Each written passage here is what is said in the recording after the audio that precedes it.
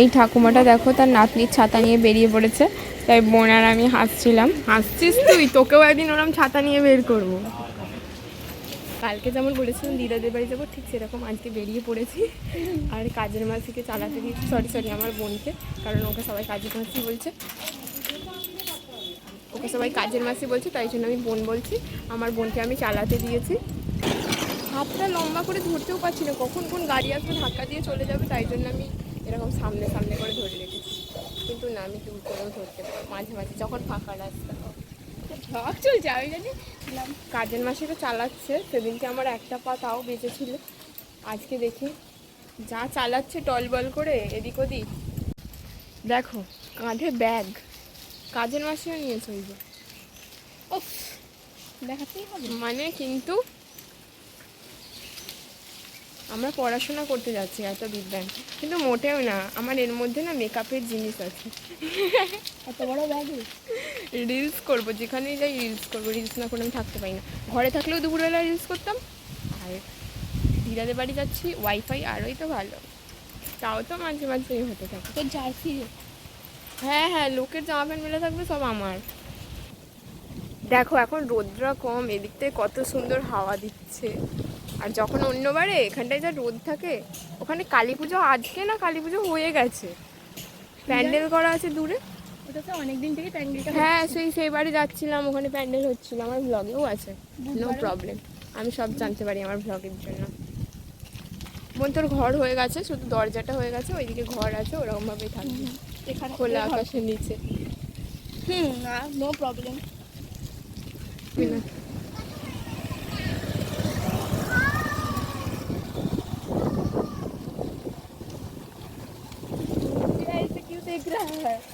ওকে তো ধরে নিয়ে যাবে বলে দেখছিল, বললাম না। এ দেখো প্যান্ডেল করা আছে, এটা কুচকিতে কিরম ভাবে আসছে, অন্ধকার কিন্তু হেবি সুন্দর। দেখ এই রাস্তাটা বোধ হয় কোটি বার দেখানো হয়। হ্যাঁ তো কি হয়েছে, প্রত্যেকবার নতুন নতুন। আমি ভাবলাম মাস্ক কিনতে ঢুকবো, বাড়ি থেকে বেরিয়ে সামনেই একটা দোকানে কাজের মাসি বললো যে আমাকেও একটা কিনে দিবি। তারপর এসে দেখি দোকানটা বন্ধ। আমি বললাম হ্যাঁ তাহলে ভালো হয়েছে, আমার পয়সাটা বেঁচে গেছে। বল বোন বেচারা। আমার ইচ্ছা হচ্ছে এখানে কাজের মাসিকে ফেলে দিই। তোর বাড়ি এটা? বাড়িকে আমি নিচে কি গড়িয়ে গড়িয়ে যাই নাকি? এখানে তোকে ফেলে দিলেও ভালো। এটা আমার বাড়ি, এটা তোর বাড়ি। হ্যাঁ পাশাপাশি। হ্যাঁ নোংরা, আমার নিজের বাড়ি নোংরা হলে কষ্ট হয়, আর আমার বাড়িটা এই দেখ তোর বন্ধুরা। বোন তো আগে বলেছিস তো কি হয়েছে?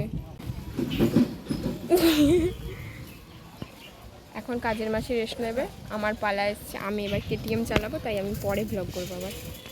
দেখো এখানে একটা ছাগল বাঁধা আছে, দেখে তো বোঝাই যাচ্ছে যে বলি দেওয়া হবে, কারণ আজকে শনিবার, আজকে কালী পুজো। আর এখানে প্যান্ডেলও হয়েছে, সামনেই একটা ঠাকুর মন্দির আছে। এ দেখো লাইট লাগানো হয়েছে।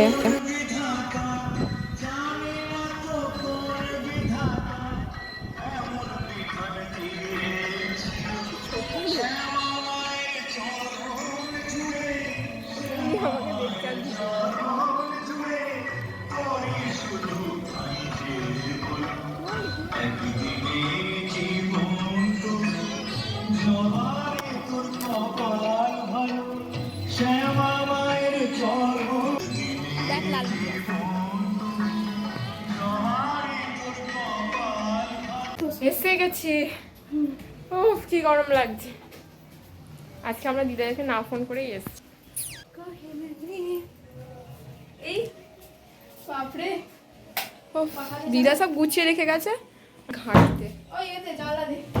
সব গুছিয়ে রেখে গেছে দিদা, আর আমরা ঘাঁটবো এখন। আর আমার কোনো ইচ্ছা নেই যে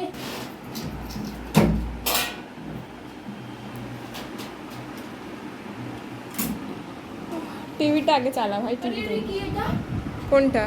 গাছটা বার করে দে। হ্যাঁ দা নাকি আবার বলছে কি এটা?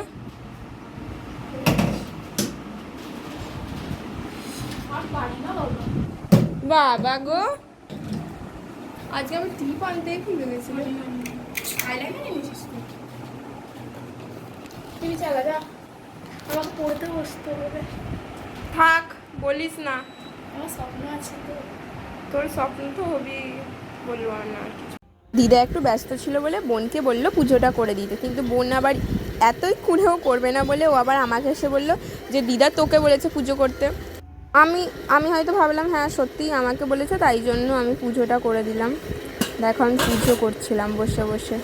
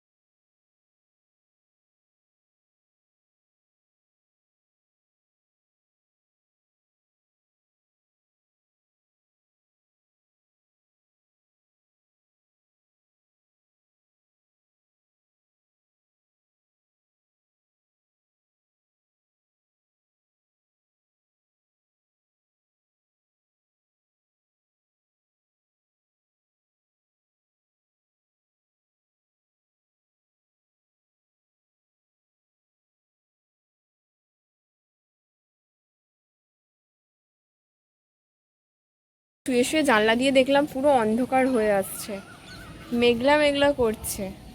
মেঘলা মেঘলা করছে না, সন্ধে হচ্ছে, না আমার তো দেখে মনে হলো মেঘলা মেঘলা করছে, কারণ অন্ধকার হয়ে যাচ্ছে। এখন তো অন্যদিন তো এই টাইমে অনেক আলো থাকে, এখন তো বাজে 5টা 11, অন্যদিন তো 6টা বাজে, তখনও সন্ধে হয় না।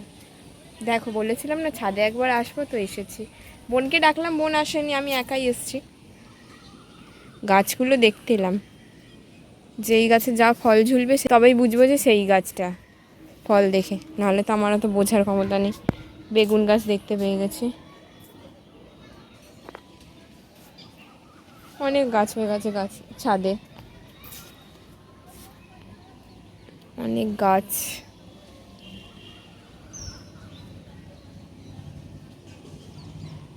আর এই দিকটা দেখো,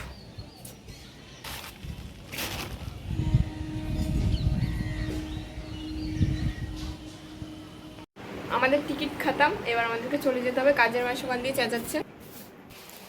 বাড়ি বেরোবো, নিচে এসে দেখি হঠাৎ করে বৃষ্টি চলে এলো। এই জন্য আমি চেয়ারে বসে বসে একটু ফোন ঘাঁটি। আজকে তো বললাম অনেক জায়গায় কালী পুজো আছে, তাই এখানেও একটা কোথাও কালী পুজো হচ্ছিলো, তখন ঠাকুর যাচ্ছিলো। আমি আর বোন বাইরে জেঠুর দোকানে বসেছিলাম, বসে বসে হঠাৎ দেখলাম ঠাকুর আসছে, তাই জন্য আমি ভিডিও করা শুরু করে দিয়েছি।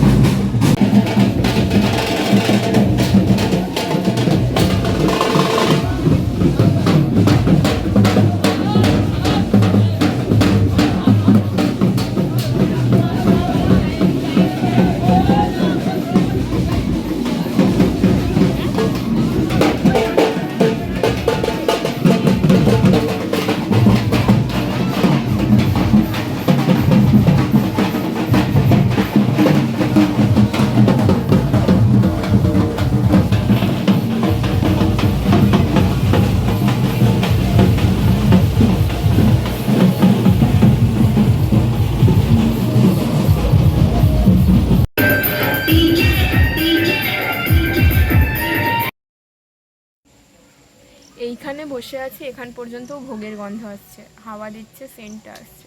ঠাকুরের ভোগের কি সুন্দরই না গন্ধ। আমি আর বোন আনতে যাবো এখন। যাবি তো? বোন তখন থেকে বলছে চ না চ না চ না। যাবো তো, ঠাকুরের ভোগ কেউ না করে। চুপ কর, আবার লাইন।